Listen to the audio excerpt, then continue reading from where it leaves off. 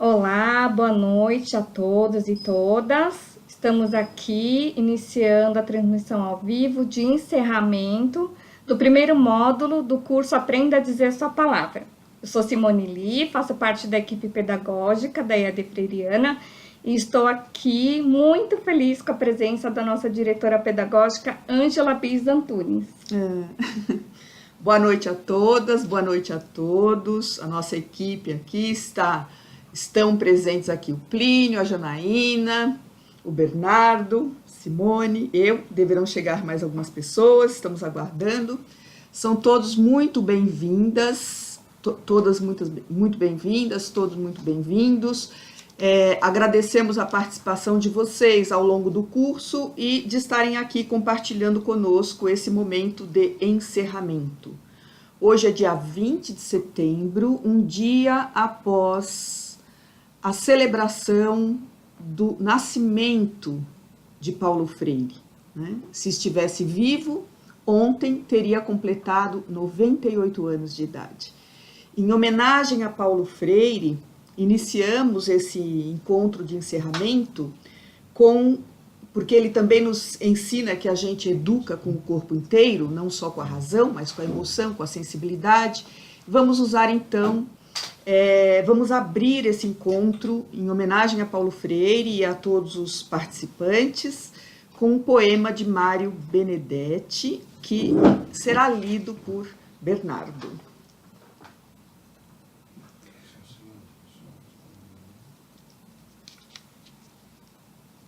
Não te rendas, Mário Benedetti. Não te rendas, ainda estás a tempo. Não te rendas que a vida é isso. Continuar a viagem, perseguir os teus sonhos, destravar os tempos, arrumar os escombros e destapar o céu. Não te rendas, por favor, não cedas. Ainda que o frio queime, ainda que o medo morda, ainda que o sol se esconda e se calhe o vento. Ainda há fogo na tua alma, ainda existe vida nos teus sonhos. Abrir as asas e tentar de novo celebrar a vida e relançar-se no infinito. Não te rendas, por favor, não cedas, mesmo que o frio queime, mesmo que o medo morda, mesmo que o sol se ponha e se calhe o vento. Ainda há fogo na tua alma, ainda existe vida nos teus sonhos. Porque cada dia é um novo início, porque esta é a hora e o melhor momento, porque não estás sós, por eu te amo. Obrigada, Bernardo.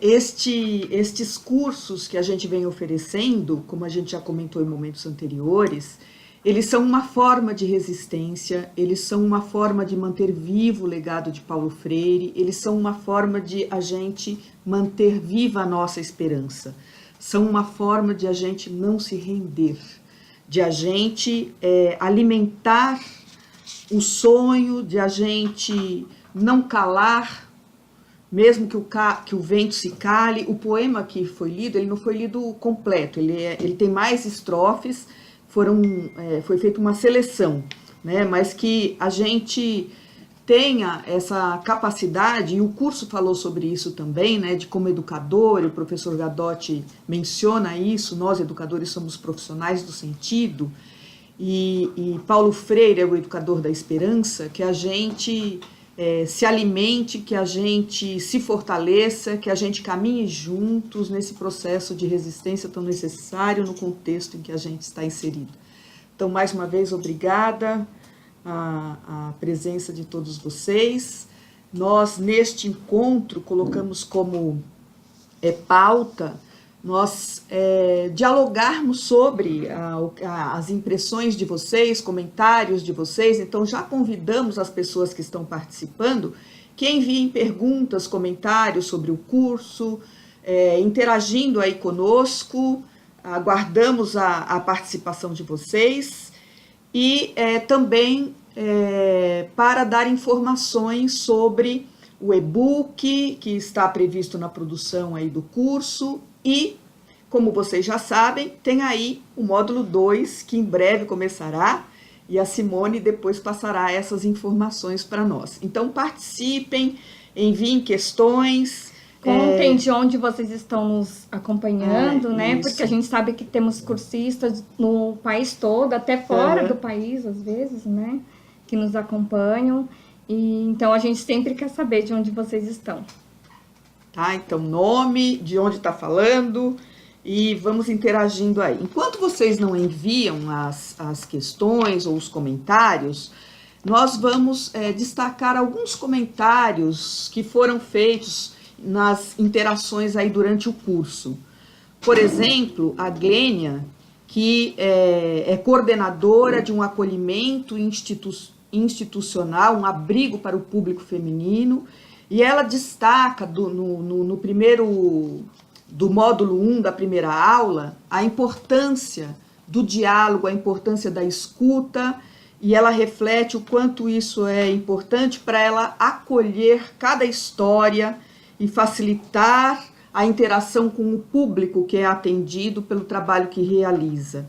E é isso mesmo, né? A gente ter essa capacidade de construir canais de escuta, de que a palavra do nosso trabalho não seja a palavra do mundo do nosso trabalho, mas a palavra do educando esteja presente também nessa interação pedagógica. Então, Glênia, concordamos com os seus comentários. E a Samara, ela destaca que a partir da primeira aula do módulo 1, o quão foi importante as reflexões para ela, refletir sobre individualismos e culpabilizações nesse mundo capitalista moderno, junto aos jovens educandos, educandas, e a importância da amorosidade, da sensibilidade nesse processo educativo.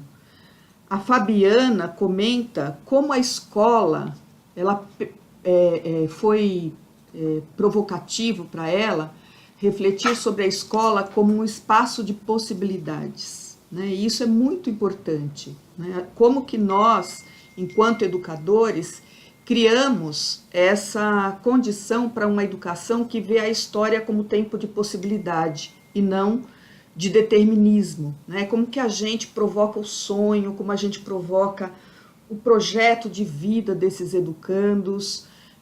Eu me lembro numa das reuniões do Conselho de Escola, trabalhando com formação de conselheiros, uma mãe que falou que a filha perguntou para ela o que era perspectiva.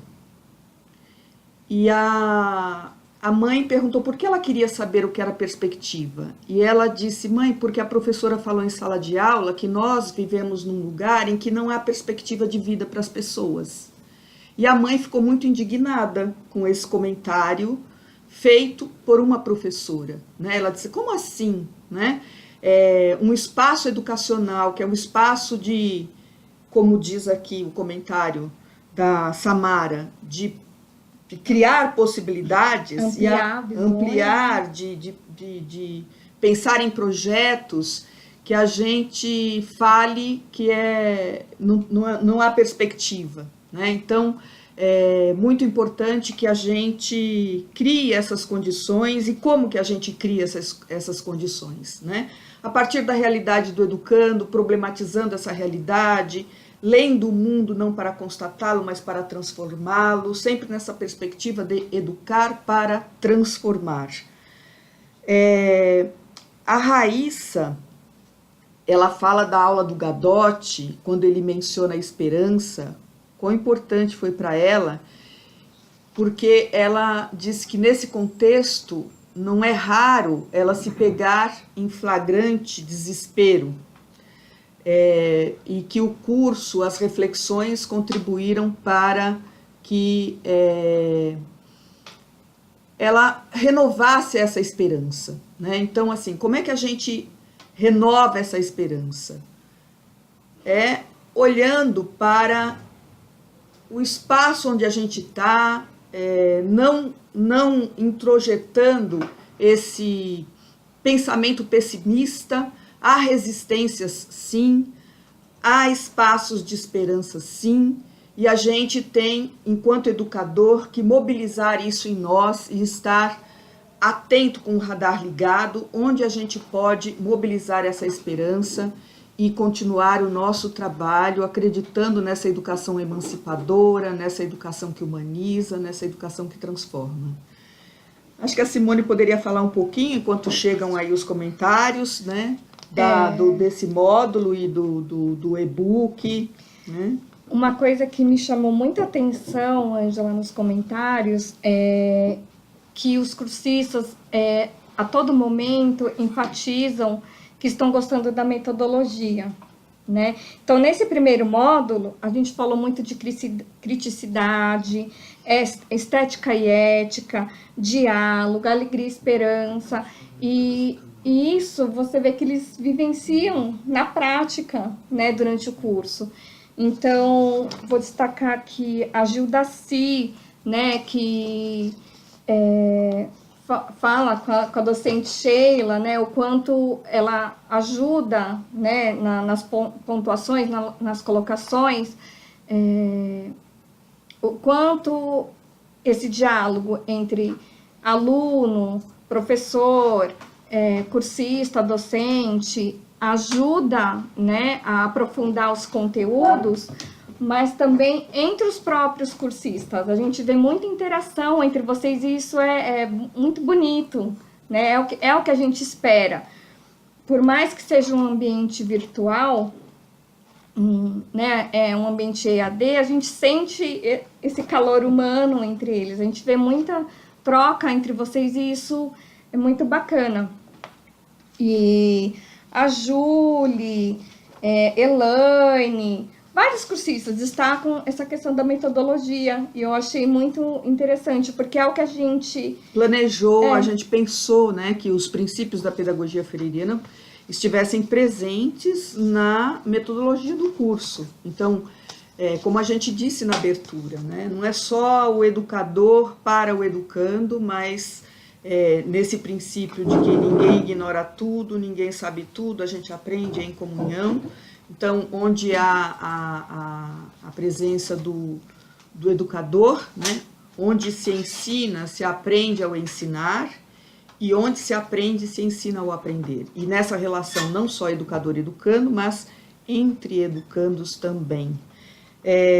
O comentário da Júlia, que diz assim que foi inspirador para ela, foi inspiradora a fala do professor Gadotti, quando ele fala da autonomia, né, e fala do educando falando por si mesmo, suas próprias palavras, né, o aprender a dizer a sua própria palavra, e como a gente cria espaços na formação para que isso aconteça, formar esse sujeito capaz de dizer a sua própria palavra, que tenha autonomia na sua reflexão.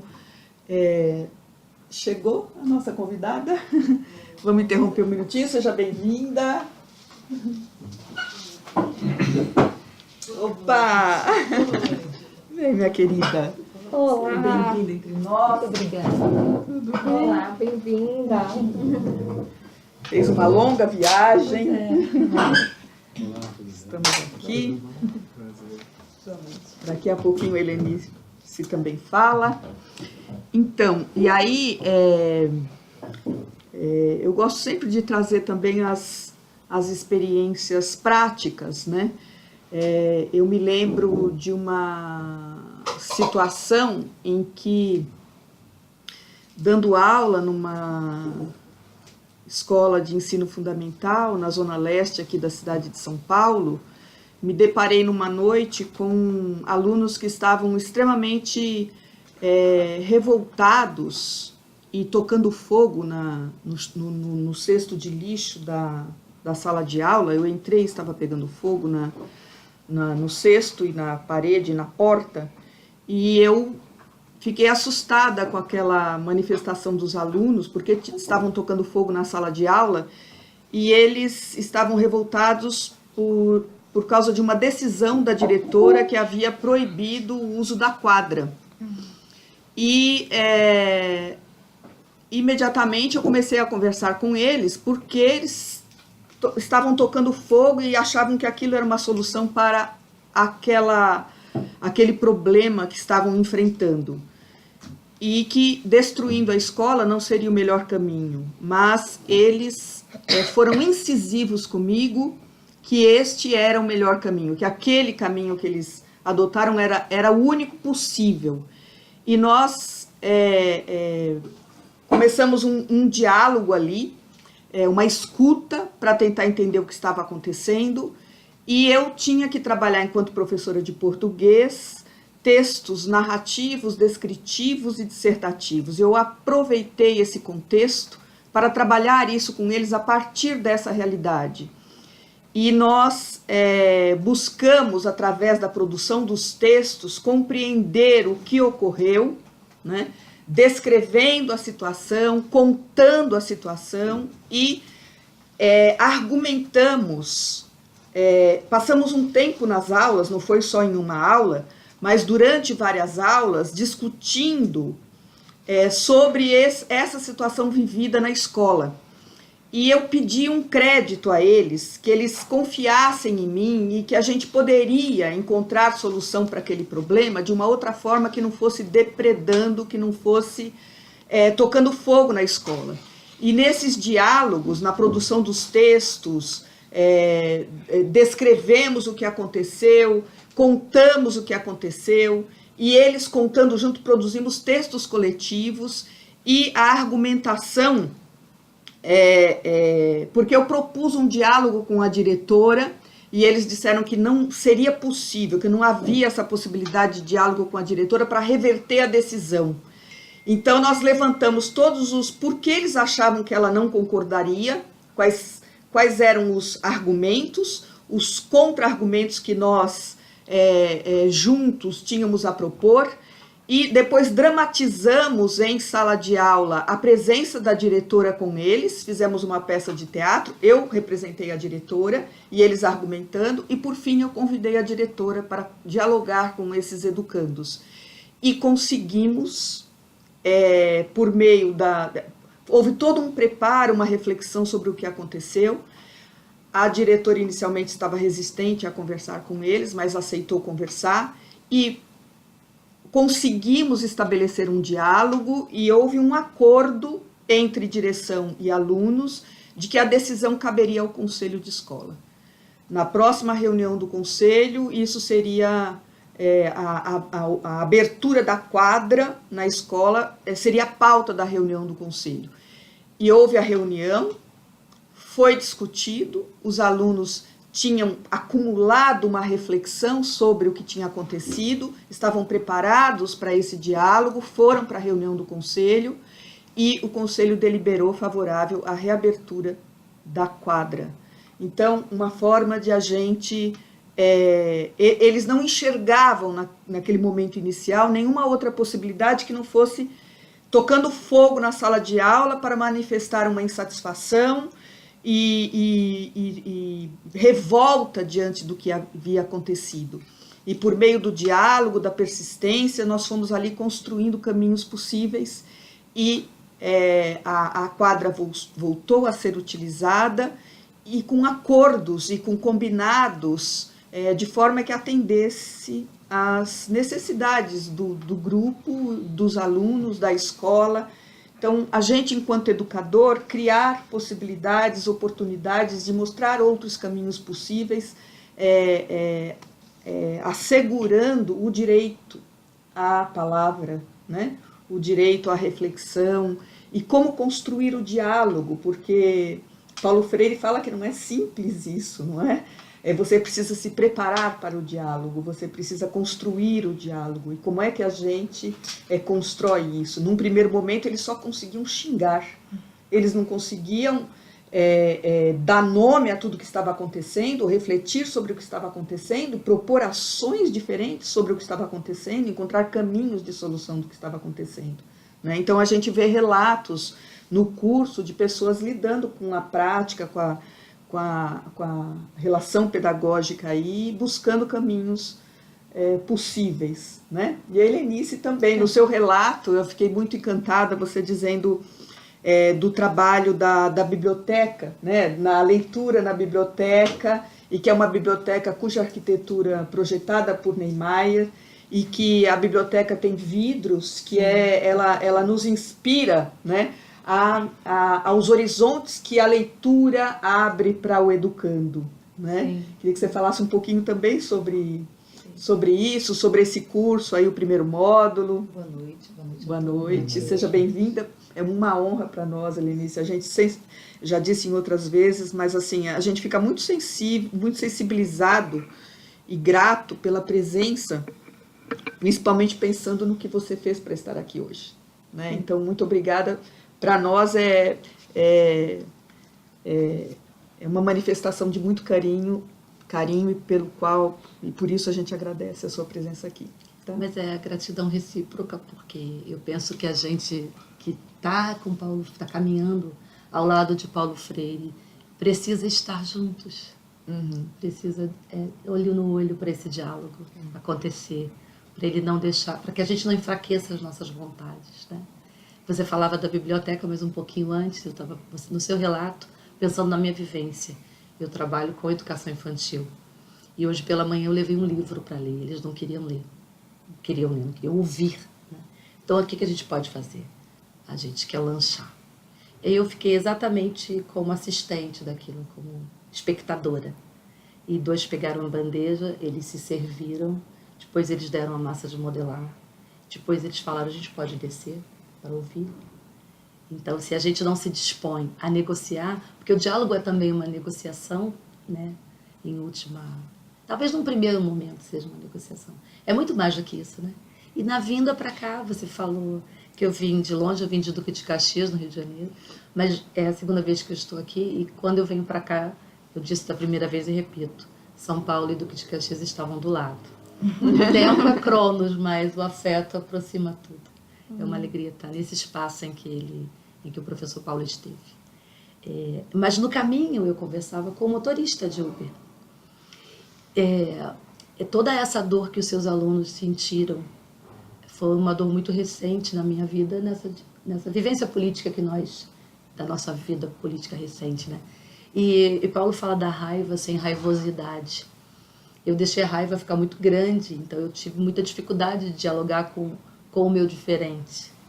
E eu vim conversando com um rapaz de 21 anos sobre a escolha que ele fez, e depois sobre a minha perspectiva e as minhas escolhas.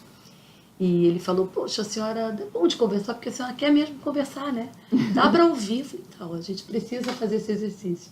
E aí, quando ele me deixou aqui na porta, eu apontei, eu estou indo ali, olha, para o Instituto Paulo Freire. Antes disso, eu disse, dá uma procurada num PDF, do Pedagogia da Autonomia, Pedagogia do Oprimido. Paulo Freire, aí ele ficou sério, né? Eu estou indo para ali, é o Instituto Paulo Freire. Ele que fala para a gente dessa conversa toda. Então, se eu não me permito ouvir e estabelecer com esse jovem um diálogo, e essa geração é uma geração muito fecunda, ela só precisa ser ouvida, e de algum modo a gente que viveu outras experiências dizer, ok pensar diferente, as minhas experiências me mostram alguma dor, você gostaria de ouvir sobre essas dores? E aí conversar com você mesmo sobre as suas escolhas, porque eu aprendi a dizer, até com esse curso, que não é não aceitar o diferente, mas é fazer escolhas que não firam direitos. Minha escolha não pode ferir os direitos dos outros. E nessa perspectiva que eu tenho estabelecido o diálogo com os meus diferentes. E essa história da biblioteca que você trouxe, eu assisti uma das videoaulas na Biblioteca Leonel Brizola, lá em Duque de Caxias, que lamentavelmente é a única biblioteca pública da cidade. Nós temos outros espaços de leitura, e pequenas bibliotecas escolares, mas a Leonel é a única biblioteca de uma cidade com mais de 900 mil habitantes. Bom, e aí a minha... 900 mil habitantes e uma biblioteca. E uma biblioteca. E, graças a Deus, a gente não tem menos, a gente não tem 900 mil leitores, mas a gente não tem um leitor, 15. A gente tem feito um trabalho na rede municipal de ensino, no sentido de formar leitores, mas sem espaço é mesmo difícil. E toda essa narrativa que você fez, essa biblioteca que tem um vidro que mostra a cidade, então você lê o livro, mas também lê aquela cidade em movimento. Durante um tempo eu trabalhei lá e fazia visita guiada, e era muito prazeroso ver o espanto não só de crianças, mas de educadoras, quando ouviam que aquele espaço era público, que ela podia fazer compras no mercado e sentar ali para ler. A gente pensa que isso não vai acontecer, que um educador sabe, que uma educadora sabe. Mas não é uma verdade.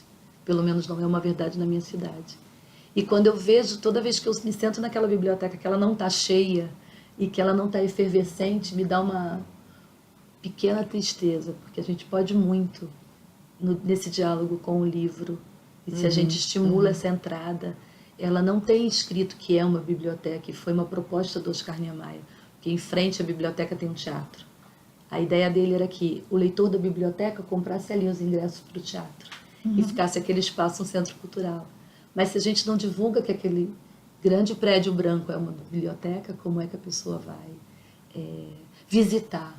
Então, ao mesmo quando eu acabo de assistir a videoaula e eu faço a análise ali, eu sou tomada da poesia que aquele prédio representa e da ideologia que ele constitui, que ele semeia, mas ao mesmo tempo uma frustração de ver que não é difícil, mas não tem sido fácil tornar aquele espaço visitado. E é por isso também que eu me desloco até aqui, porque acho que é um espaço que precisa ser visitado pela educadora, pelo educador. Se a gente se propõe ler Freire, educar a partir do diálogo, a gente precisa dar uma visitada nesse espaço, porque é uma coisa que me tocou muito quando eu vim aqui. Eu não esperava que o Lute tivesse, quando a Ângela falou, o filho do Paulo Freire veio. Eu me senti, bom, agora eu não sei se eu estou viva ou se eu continuo, se eu estou morta ou se eu continuo viva. É muita emoção. Mas, ao mesmo tempo, é a certeza de que o que o professor Paulo colocou está aqui.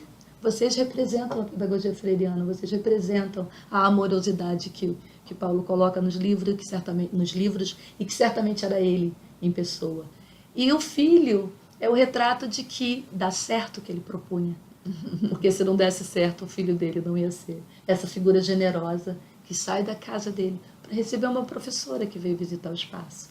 Ele não tinha obrigação, mas é porque ele teve em casa essa semeadura que é intelectual, mas que é amorosa, é que ele fez essa gentileza. Então, imagina se eu não viria. Obrigada, Helenice, obrigada. Ângela e Lenice, se me permitem, aqui eu gostaria de fazer um link com um comentário também que me chamou muita atenção, não só do Inácio, mas de alguns cursistas, essa angústia que ficou nesse primeiro módulo de ver tanta coisa bonita e num contexto que a gente vive tão difícil, né? Como colocar em prática? Como é que a gente faz se a gente tem tantos desafios, né? Como é que a gente efetivamente coloca isso em prática? A gente não tem uma receita, né? Mas o que eu costumo falar muito nas formações é o que estamos vivenciando aqui agora é um caminho. Porque o relato que a Ângela deu, né, dos alunos dela, como ela driblou, como ela dialogou com os alunos, o relato da Helenice, são exemplos de como a gente pode superar esses desafios. E esses encontros formativos propiciam isso, né? A gente se alimenta das experiências dos outros e a gente acaba fortalecendo, né? A fala de que a batalha perdida é aquela que a gente abandona, né? Então, assim, a gente não pode abandonar, e tem a ver com o poema Não Se Renda, né? Do Benedetti. Não nos cabe nós nos rendermos. Agora, a gente tem que entender que há uma dimensão que é da nossa parte, né? Que cabe a nós, enquanto educadores, alimentar essa esperança em nós e essa atividade, mas que há instâncias de luta para além da nossa atividade como cidadão e como educador, né? A gente tem que estar aí mobilizado nas manifestações, nos movimentos sociais, nos sindicatos, por mais difícil que seja. Se a gente abandona a luta, aí sim a gente não consegue construir possibilidades, né? Então é fundamental a gente não se render, é fundamental a gente manter essa lucidez, essa serenidade para ir em busca, por mais difícil que seja, né? Veja aí o nosso país vizinho, a Argentina, vivendo o contexto que está vivendo e a reação que o povo está tendo, né? A gente espera que tenhamos boas novidades num curto espaço de tempo. Então, não nos cabe nos entregarmos, né? Então, e entender que essa luta tem uma dimensão individual, mas sobretudo coletiva, né? Paulo Freire sempre diz: a história é tempo de possibilidade individual, mas sobretudo coletiva. Então, a gente entender essas instâncias de luta das quais temos que participar para transformar a realidade, né? Então, existe alguma coisa que tem a ver com o nosso trabalho lá na sala de aula, da gente estimular, da gente trabalhar um conteúdo que seja significativo à vida do educando, que a palavra da escola, que a escola reconheça a palavra mundo do educando, né, para que esse mundo seja problematizado e recriado, reinventado. Então, existe essa dimensão, mas existe algo muito maior do que esse trabalho lá. A gente está interferindo nas políticas públicas, está interferindo em outras instâncias de luta para que a transformação social aconteça, né? Daí os movimentos sociais, os sindicatos, todos esses lugares que a gente pode ocupar para essa transformação social. Eu queria destacar também um comentário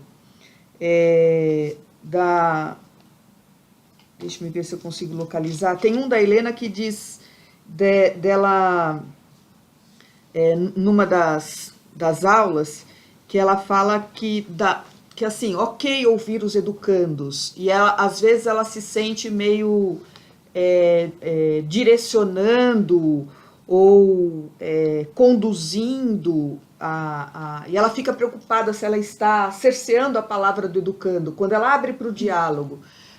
Mas cabe a nós, educadores, né? Paulo Freire nunca negou a diretividade, né, no ato pedagógico. Tem sim uma intencionalidade pedagógica, tem sim uma direcionalidade ali. Isso não significa limitar a fala do educando, mas nós, educadores, sabermos coordenar, mediar esse diálogo para o objetivo de cada aula, de cada conteúdo que a gente pretende trabalhar, problematizar e fazer com que o educando construa esse conhecimento, né? O importante é criar esse espaço para essa escuta, né?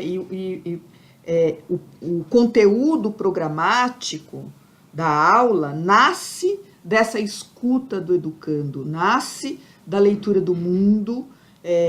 A partir da leitura do mundo se identificam as situações significativas do contexto do educando e se chega ao conteúdo dialogando com esse contexto, com esse conhecimento que o educando traz. Mas isso não significa que o educador não vai planejar, direcionar, ele tem objetivos a serem alcançados, né? Então, ela comenta aqui, a Helena diz assim: acredito que a aula precisa ter uma proposta, afinal, não é uma conversa de bar, não é mesmo uma conversa de bar, né? Você pode ter uma atmosfera acolhedora, mas ela tem sim uma intencionalidade pedagógica, então nenhum problema, muito pelo contrário, em ter essa diretividade, para que o objetivo a que se propôs a aula, o curso, seja alcançado, né? Um outro comentário, que eu não sei se a Simone pode me ajudar a identificar, mas é a pessoa falando da necessidade de nós sermos autores do nosso processo pedagógico e construir conhecimento a partir da nossa prática pedagógica. Ela chama atenção, a pessoa, acho que foi quem? A Júlia, talvez, Júlia. teorizar a prática, né? A Júlia, teorizar a prática, e que às vezes ela não valoriza isso nela mesma, né? De ir anotando, registrando o que vai acontecendo, mas não dar muita importância, se é que a gente entendeu corretamente o comentário, mas assim, de não dar muita importância ou achar que aquilo não tem valor. Paulo Freire fala que o primeiro passo para a construção do conhecimento é você ter o registro do que você faz, né? E Paulo Freire constrói o conhecimento dele assim, né? Ele tem esse cuidado permanente com o registro, a reflexão sobre a prática e construir a teoria a partir da prática, nessa relação dialética entre teoria e prática. Então, nós, enquanto educadores, precisamos sim fazer esse registro, voltar ao que a gente registrou, refletir sobre o que nós planejamos, como nós desenvolvemos a nossa atividade pedagógica, os resultados obtidos, em que acertamos, em que podemos melhorar. Então, não é só a avaliação da aprendizagem do educando que precisa fazer parte da nossa prática, né? Preparar a avaliação do educando, mas preparar a avaliação da nossa própria prática pedagógica e avaliar a partir de registros, então, e construir conhecimento a partir disso, artigos, textos, acreditar que nós somos produtores de conhecimento também, né? Então, a Júlia fez esse comentário que chamou a nossa atenção, né, Helenice? Você que trabalha aí com a literatura também. Eu sorrio porque a minha orientadora, ela fala, Nancy Nóbrega, você precisa se manter escritora dessa vivência de sala de aula. E aí, quando eu falei dos cursos, ela continua, não deixa os cursos, porque você vai escrevendo, você se obriga. Na verdade, a gente esquece desse exercício que é tão prazeroso. E a gente se omite também, e se desvaloriza em alguma medida. Já tem tanta coisa boa escrita, para que é que eu vou escrever? Para que outras pessoas que não tenham as mesmas leituras, ou que as considerem um pouco mais densas, possam, a partir da nossa leitura, da leitura dos nossos escritos, se sentir incentivada a fazer outras leituras. E o fato de, a colega coloca sobre as aulas não precisarem ser avós, né? As aulas, eu ainda estou rouca. Ontem eu estive só uma pausa, eu estive numa escola que escolheu fazer a culminância do projeto de literatura no dia do aniversário de Paulo Freire. Então eu passei o dia inteiro e a tarde freireando. Essa rouquidão é de alegria. Não, tá bom. Porque uma criança foi advertida porque fez uma coisa indevida e aí me chamaram para ele me dizer alguma coisa. Na sala da orientação da escola tinha uma foto do Paulo Freire escrito: "O mundo não é, o mundo está sendo". E como ele tinha me ouvido, ele falou, ele levando bronca, disse: "Espera aí, mas esse não é aquele cara que a professora falou ali fora, não é o Paulo Freire?". Então essa rouquidão é muito bem-vinda porque a gente multiplicou essa palavra para outras crianças. E homenageou Paulo Freire no dia do nascimento dele. Comemoramos vivenciando seus ensinamentos. No chão da escola. E essa colega, quando diz que a gente precisa, que a aula não é intuitiva, não é mesmo. Mas se a gente não escuta como é que a minha proposta caiu no ouvido do aluno, da criança, do adulto, ela pode ser inócua. Todo o meu estudo, toda a minha preparação não surtiu efeito. Então, a gente precisa pesquisar, oferecer e prestar atenção em como esse oferecimento foi recebido. E Paulo Freire fala isso no Pedagogia da Autonomia. A gente precisa se reconhecer enquanto pesquisador. E aí você me traz agora essa lembrança, precisa se reconhecer enquanto pesquisador e enquanto escritor da prática. O Padilha sempre fala, Paulo Freire dizia, escrevam pedagogias, então a gente precisa escrever no mínimo os artigos. Né? Nós temos um trabalho em Duque de Caxias de mais de 20 anos de promoção de leitura. E quando eu fiz uma pesquisa, eu procurava artigos das colegas, encontrei um. Em 20 anos, uma pessoa falou sobre a sua. Talvez outras em outros contextos, mas publicados na rede, para que outras pessoas vejam, eu só encontrei um. E isso é muito entristecedor, porque tanta coisa boa para se dizer. Então, nós precisamos escrever. Porque nós somos os educadores que pretendem que o educando aprenda a dizer sua própria palavra, e a gente precisa aprender a dizer a nossa própria palavra também enquanto educador, né? Construir essa confiança do registro, essa confiança de reflexão a partir do registro, essa confiança de registrar o nosso próprio aprendizado, como a gente vai evoluindo no processo formativo, exemplo, né? A partir da prática, e dando exemplo, né? De como a gente... mas a gente tende a valorizar apenas o autor do livro, o autor que está distante de nós, e não nós que somos autores da nossa prática, né? Então, acho que esse comentário da Júlia é muito pertinente e tem a ver com esse primeiro módulo, né? Que destaca as temáticas aí, até vou... retomar aqui as temáticas que foram trabalhadas, né? Criticidade, estética e ética, e aí até teve um comentário também, me lembrei agora da questão da estética, que uma educadora, não sei se eu vou identificar aqui, dizendo que para ela, ela não chama de estética, ela chama de contágio, que a forma de ela preparar a aula, ela quer contagiar, quer envolver o educando. Então, como é que ela contagia?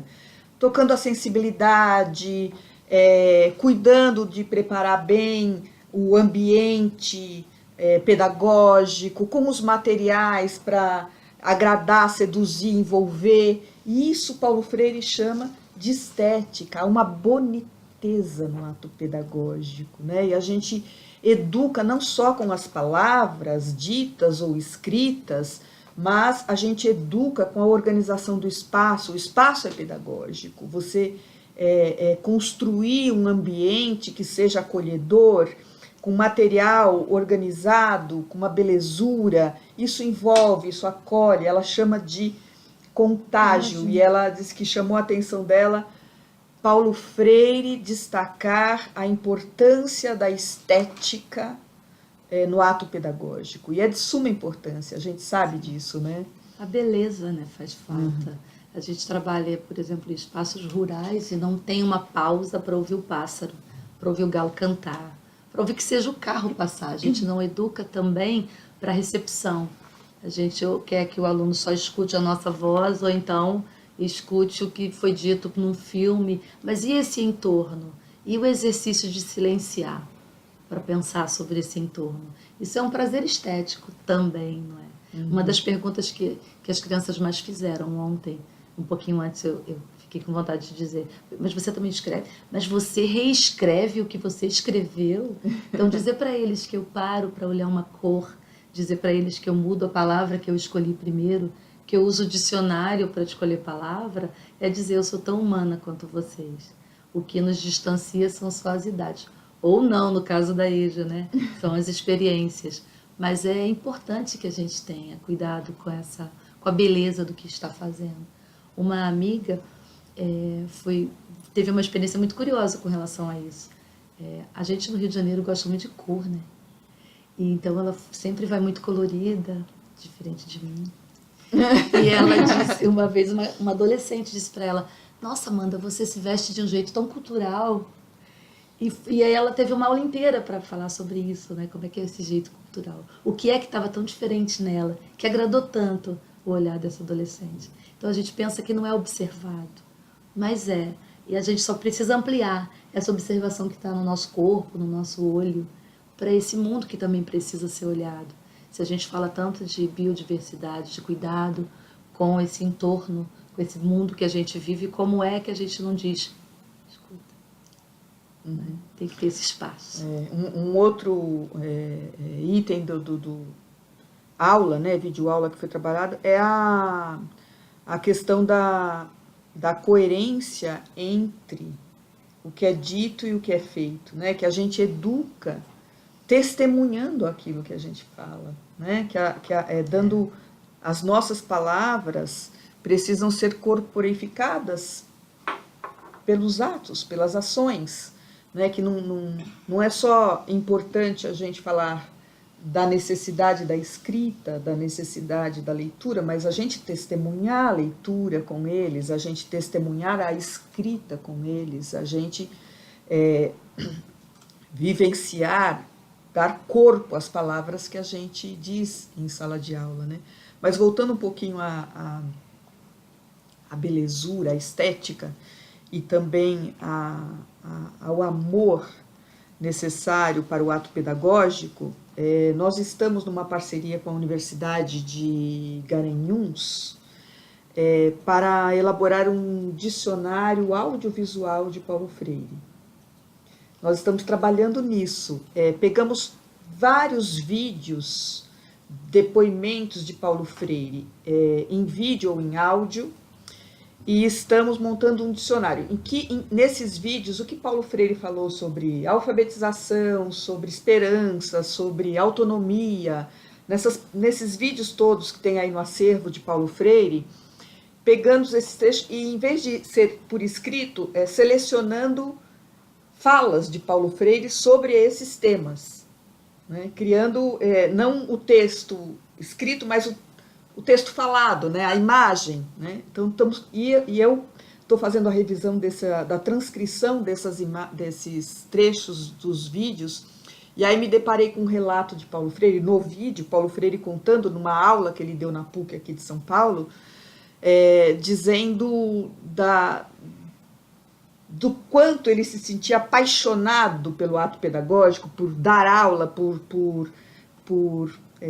ter a oportunidade desse processo educacional, convivendo, e ele cita como exemplo uma situação vivida no SESI com os familiares com os quais ele trabalhava, e essa necessidade de criar canais de escuta para que fosse significativo o conteúdo que se trabalhava ali de formação dos familiares, né? E ele disse assim, como ampliar essa escuta, como alargar essa escuta, ele usa essa expressão de alargar a escuta. Ele passou porque ele inicialmente tinha uma fala mais prescritiva, né, assim, de ficar falando o que eles precisavam fazer enquanto pais, enquanto familiares, e no diálogo eles assim, o próprio público que estava participando ali da formação disse para ele, olha, Paulo, em que realidade você imagina que a gente vive? Né? Como que é a tua realidade e como que é a nossa realidade? O que você está dizendo para nós fazermos, você conhece o nosso contexto? Né? E aquilo foi uma lição para ele, né? Foi um aprendizado para ele. E ele passou era ele e educadoras que trabalhavam com esses familiares e os familiares. E ele coordenava esse trabalho. E ele conta isso no vídeo, que ele passou a escrever pequenos textos sobre as temáticas que eram trabalhadas. Por exemplo, ele fala em disciplina, e trabalhava isso com as educadoras, e fazia 2 ou 3 perguntas, entregava para os familiares e falou assim, olha, vocês vão ter até o próximo encontro, e a temática nascia da necessidade dos pais. Ele falou assim, vocês vão trabalhar até o próximo encontro escutando pessoas sobre esse assunto. Pessoas que vocês conhecem, que também têm filhos na escola pública, que também são alunos. E aqui estão 3 perguntas. Façam na feira para as pessoas, conversem com os vizinhos de vocês, conversem com outros pais, por favor, registrem a percepção deles, o que eles têm a dizer, o que eles acham, se eles propõem algo e tal. E no próximo encontro nós vamos conversar sobre isso. Mas não só a partir da percepção de vocês, mas das pessoas com as quais vocês convivem, alargando essa oportunidade de aprendizado para além daquele espaço e para além daquele público. E também trabalhando com os familiares, com os educadores, a partir de textos, e preparando desse lado as educadoras e desse lado os familiares, e no encontro aquilo ser mais fecundo e significativo para todos a partir dessa escuta ampliada. E eu fiquei assim, escutando Paulo Freire contar isso, e eu fiquei encantada, e ele falando desse amor por isso, assim, o ato pedagógico, a educação, eu amo educar, né? Porque desperta toda essa possibilidade da gente aprender, da gente interagir, da gente conviver nessa construção coletiva de um aprendizado, né? Uma coisa que o Lutz fala no livro do Walter Coan, logo na introdução, né? Quando eu entendi que o meu pai não era um homem de brincadeira, mas ele entende isso de uma maneira positiva, quando ele conta que eles não brincavam nunca, e o Paulo coloca que sábado, então, a gente vai sair, e que essas visitas, essas saídas eram para a biblioteca, e que duraram bem pouco. E aí ele conta, eu entendi que o meu pai era um homem de trabalho. Mas nos vídeos a gente vê essa paixão, né? Um dos vídeos que vocês sugeriram no curso, nesse primeiro módulo, ele conta sobre... Ele diz, nenhum dos meus filhos foi um caso, aconteceu. Todos os meus filhos, nossos filhos, ele diz, nasceram de intensas noites de amor. Eu achei decentemente maravilhoso. Um homem naquela altura da idade dizer, intensa noite de amor. A gente tem pudores com relação ao verbo amar e a atitude de amar, né? E o Paulo não tinha a menor vergonha de se dizer um intelectual amoroso, um homem amoroso, né? A opção pelo segundo casamento, num dos vídeos, ele também conta, né? Então ele fazia tudo com muito vigor, né? E acho que é por isso que depois de 22 anos a gente continua falando dele como se ele estivesse por aqui ainda. Tá? E que bom que existe a mídia, porque a gente pode continuar ouvindo, porque até a voz é eletrizante, contagiante, como disse a colega do curso, né? Envolvente. Então, olha, nós trabalhamos nesse primeiro módulo, só para retomar aqui, né? Criticidade, estética e ética, corporificação das palavras pelo exemplo, reconhecimento e assunção da identidade cultural, alegria e esperança, reconhecer que a educação é ideológica, né? Foram esse primeiro bloco da filosofia freiriana, os vídeos de videoaulas de 1 a 6, e depois o segundo bloco, resistências às mudanças, que foram as videoaulas de 7 a 12, né? Respeito aos saberes dos educandos, risco, aceitação do novo e rejeição a qualquer forma de discriminação, consciência do inacabamento, reconhecimento do ser condicionado, respeito à autonomia dos educandos, convicção de que a mudança é possível. E agora nós teremos um e-book, né, para ir construir, quem participou escolheu essa opção, né, da produção dos artigos, e a gente falando aqui da necessidade da escrita, né, e talvez a Simone possa explicar um pouquinho ou a Simone... surgindo muitas perguntas nos fóruns e até alguns e-mails que os cursistas estão mandando sobre como vai ser isso, né? Quando é que vai começar? Então, vamos acalmar o coração, né? Dia 16 de outubro, nós teremos uma live só para tratar da questão do e-book, né? Então, fiquem tranquilos. Dia 16 de outubro, vamos tirar todas as dúvidas, vamos passar as orientações, vai ser disponibilizado o PDF com o passo a passo de como fazer esse registro, os prazos. Então, aguardem, dia 16 a gente vai fazer essa live e tirar todas as dúvidas, certo? Lembrar também que agora com o encerramento do primeiro módulo, semana que vem, dia 27, vamos iniciar o segundo módulo, né? Então, quem se inscreveu só no módulo 1, não pode perder, não pode parar aqui, porque o módulo 2 está incrível, né? O módulo 2 vai aprofundar agora essas discussões, mas focando agora na prática, né? Então, a gente vai ter o eixo das práticas pedagógicas e o eixo de Freire na EJA e da educação infantil à pós-graduação. Então, é muito conteúdo, a gente vai discutir, focar nas questões práticas, né, da nossa prática educativa. Então, quem se inscreveu só no módulo 1, por favor, continuem com a gente, né, as inscrições estão abertas. E, inclusive, quem ainda não se inscreveu para produzir um artigo, tiver interesse, né, em escrever, publicar, ainda dá tempo também, né, então... mandem um e-mail para a gente, eadfreiriana@paulofreire.org, para fazer essa solicitação, tá bom? E ajudar também, contribuir na divulgação desse segundo módulo, né? Porque o fato de não ter participado do primeiro não impede que a pessoa se inscreva no segundo. Embora eles sejam complementares, né, não é pré-requisito para fazer o segundo ter feito o primeiro. São temáticas que são possíveis de serem estudadas, refletidas sobre elas, independentemente de um módulo do outro, né?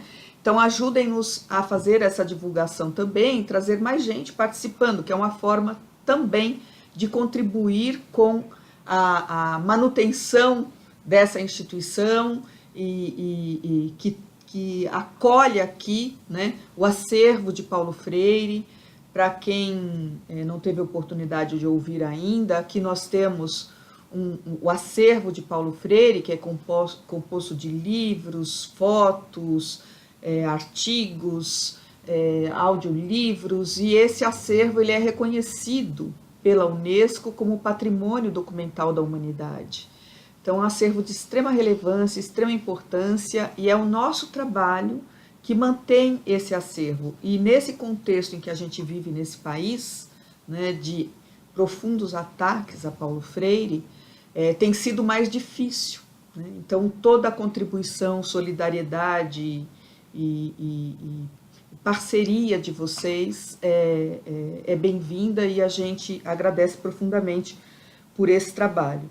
Eu acho que... Só para encerrar, eu queria fazer um comentário também, que a Carla, a Bianca e outros cursistas relataram nos fóruns que esses encontros propiciaram para elas um momento de autoavaliação, né? Então, elas se autoavaliaram muito e refletiram muito sobre a prática delas, né? E eu gostaria que a Helenice também contasse um pouco sobre isso, como é que é isso, né, durante o curso. Penso que, bom que você fez essa pergunta, agradeço. Porque é uma questão muito importante para mim como profissional da educação, esse limite que Paulo tanto fala entre autoridade e autoritarismo. Como é que eu estabeleço o diálogo, estimulo o outro a falar, sem ser aquela que vai dar, tá bom, já falou muito. Ou então conduz, né? Não. E o curso, aliás, os comentários são fantásticos. Tem hora que eu fico com dó de comentar, porque deixa eu ler só os comentários. Posso escrever só, li todos, e aí ficava lendo. Porque realmente é um outro curso. A avaliação dos colegas é um curso além, né? É um up. Então, a mim, ajudou muito. Veio num momento muito importante, porque eu fiz a opção por voltar para a educação infantil. Eu já estava trabalhando com especialização e com turmas maiores, mas eu quis estar nesse espaço, nesse momento em que o ser humano começa a caminhada dentro da escola. Primeiro porque eu fujo um pouco de um massacre curricular que a escola acaba pedindo da gente, né? E segundo porque eu vou mostrando que é possível uma outra forma de estabelecer um currículo. E no momento em que os cursos da EAD são propostos, foi exatamente o momento que eu estava precisando, terminando o curso de mestrado, eu queria continuar dialogando, eu queria continuar exercitando e me autoavaliando. E os cursos têm contribuído muito na minha prática. E toda vez que eu me pego, a Helenice antiga, eu digo, pera, deixa eu ler de novo, deixa eu observar de novo. E quando a Ângela traz essa importância de nós que trabalhamos e que acreditamos numa prática educativa dialógica freiriana, de nós estarmos aqui, não só como cursistas, mas como contribuidores também. É importante que nós estejamos juntos, porque pode ser que até a nossa assinatura para manter Paulo Freire como nosso patrono seja necessária. Então, todo movimento agregador, né, a gente estabelece um grande círculo de cultura e uma grande ciranda para manter esse querer vivificado. Acho muito importante que cada um de nós, brasileiros e brasileiras que acreditam na educação, ainda que não sejam professores e professoras, aqueles que acreditam que a gente pode, através do diálogo, construir uma sociedade melhorada, mais justa e de melhor convivência, a gente precisa aportar um pouco e contribuir na nossa medida. E o curso me ajuda muito na minha prática pedagógica, mas também nesse cotidiano, como eu disse inicialmente. Hoje eu consigo estabelecer um diálogo com essa realidade que tanto me machucou, pensando que se eu sou a favor do diálogo, eu não posso fazer careta para o meu diferente, mesmo que para ele a escolha dele fira meus direitos, eu preciso fazer outro caminho. Então eu agradeço, as propostas têm sido muito, muito bem-vindas e contribuem bastante para a minha prática. E quão revolucionário é isso, não é? Assim, parece uma coisa menor, né? Assim, pode parecer uma coisa muito simples, mas ela é muito revolucionário você trazer para a sala de aula um currículo que seja significativo ao educando. Isso é muito revolucionário, do que você ficar trabalhando um conteúdo que nada diz respeito à vida desse educando. Semana passada eu tive a oportunidade de abrir um encontro de grêmios estudantis da Zona Sul aqui de São Paulo, e estavam presentes mais de 300 alunos do ensino fundamental, ciclo 1 e ciclo 2, desde acho que 6, 7 anos até 17 anos ali, estavam, né, 300, até para eu falar assim, como eu vou me comunicar, né, com os 6 anos ali e os 17, assim, fiquei preocupada com essa fala de forma que eu conseguisse interagir, e todos os representantes dos grêmios estudantis, e também estava a imprensa jovem também, que é um programa aqui do município, né, da rede municipal, de ter educandos ligados a esse projeto de imprensa jovem, que aprendem desde o ensino fundamental a fazer o registro, né, jornalístico, cobrir os fatos e tal, e divulgar as informações. Então, eles estavam fazendo, inclusive, a cobertura do evento, a imprensa jovem, né? E eu ouvi, né, dos educandos, representantes do Grêmio Estudantil, dizendo a importância para eles dessa oportunidade de estar no Grêmio Estudantil, da oportunidade de aprender a se organizar, seja desde o processo de se candidatar, de compor a chapa, o processo eleitoral, de falar das suas propostas, de ser eleito, de constituir o Grêmio, de começar a discutir sobre as propostas que que motivou a eleição do Grêmio Estudantil, quanto aprendizado há nesse processo e o que eles gostariam de discutir enquanto representantes do Grêmio Estudantil na escola. Justamente um currículo que seja significativo a eles, que se aprenda na escola algo que esteja relacionado à vida deles, né? Aprender a ter mais espaços de diálogo na escola, diálogo não só entre os educandos, mas da direção com os educandos, dos professores com os educandos, da escola com os familiares, e de temáticas que são relevantes para eles, que elas sejam discutidas em sala de aula e não invisibilizadas e não ignoradas. E citaram como temáticas o preconceito racial, citaram como temáticas a questão da homossexualidade, da orientação afetivo-sexual, não nessa palavra, a orientação afetivo-sexual, mas mencionaram isso, né, de a diversidade ter espaço na escola, e eles, enquanto representantes do Grêmio Estudantil, terem a oportunidade de problematizar isso na escola. E é muito forte, os relatos, as falas dos educandos mostram que a escola ainda precisa melhorar muito.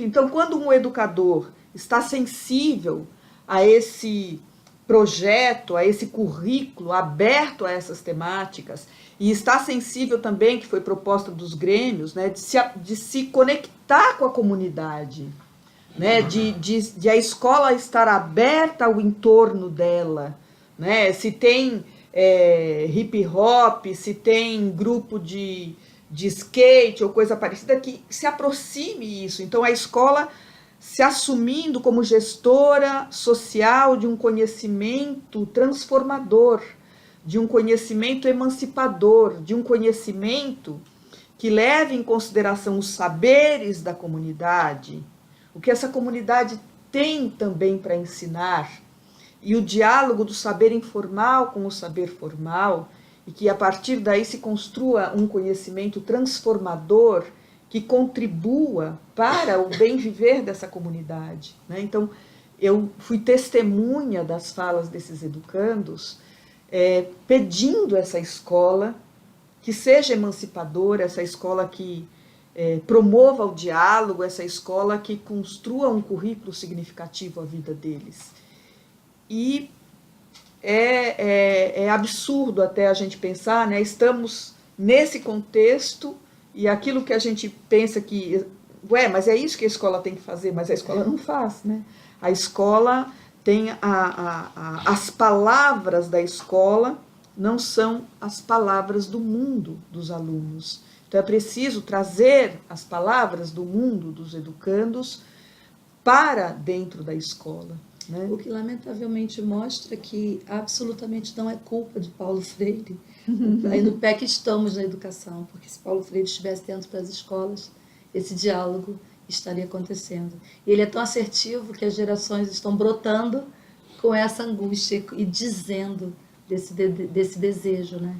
Precisamos voltar a ler para efetivamente começar a trazê-lo para dentro das escolas. E talvez seja o caminho ler para as crianças, né? Livros de adolescente. E a gente fala de mobilizar a esperança, né? Para a gente não se entregar. E de novo aqui no poema do Benedetti, né? Não te rendas. A gente ocupar esses espaços que mobilizam a esperança, né?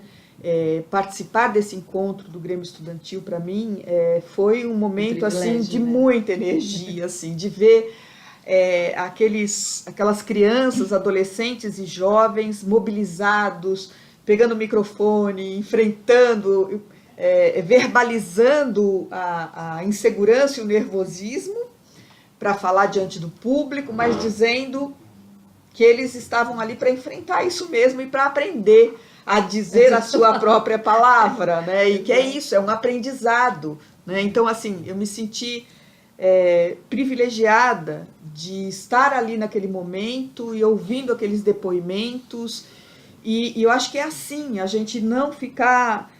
porque há depoimentos, há relatos, né, comentários dos participantes do curso, do quanto essa realidade tem sido árida, o quanto essa realidade em que a gente está inserido convida a gente à desistência, né? Mas não vamos nos render, né? Estamos aqui resistindo, e a gente ter isso, ser um educador freiriano ser um educador esperançoso, agir para transformar e mobilizar, não dar espaço para o desânimo, para o desalento, mas procurar entre os pares, procurar caminhos possíveis da gente se manter firme, de a gente se manter resistente e a gente continuar essa luta, porque, como diz o Mário, né, cada dia é um novo início, porque esta é a hora e o melhor momento, porque não estamos sós e porque nós amamos, né? O amor à vida exige de nós essa mobilização. Eu não sei se tem algum comentário da Jana, do Bernardo, do Plínio. Acho que os recados, né? O professor Padilha, infelizmente, não pôde estar presente, mas ele mandou um abraço a todos. Né? Lembrar que essa live vai estar disponível para todos e todas a partir de terça-feira. Né? Então, vai estar disponível na plataforma para quem não pôde acompanhar agora em tempo real, para que possam assistir depois, certo? E lembrar que as inscrições para o módulo 2 estão abertas, né? Então, como a professora Ângela disse, quem não fez o módulo 1 não tem problema nenhum, né? O módulo 2 não necessariamente é um pré-requisito você ter feito o módulo 1 para fazer o módulo 2. Então, por favor, se inscrevam, divulguem, certo? Eu vou colocar no link na tela também agora aqui. Tá na tela mostrando Isso. que é do dia 27, dia 5 de novembro. Tá O link, né, para inscrição, Isso, então, iadfreiriana.org /cursos-adsp, certo? Aprenda a dizer sua palavra, ADSP. ADSP. Muito obrigada por vocês terem participado conosco deste primeiro módulo e esperamos que estar juntos, continuando essa reflexão no módulo 2, e encerramos então agradecendo a presença de todos, do Plínio, da Jana, Bernardo, Helenice, Simone, e um dia depois da celebração do nascimento de Paulo Freire, encerramos aqui também esse curso, que é uma homenagem a Paulo Freire, mantendo vivo o legado dele. Muito obrigada à participação de todos e todas.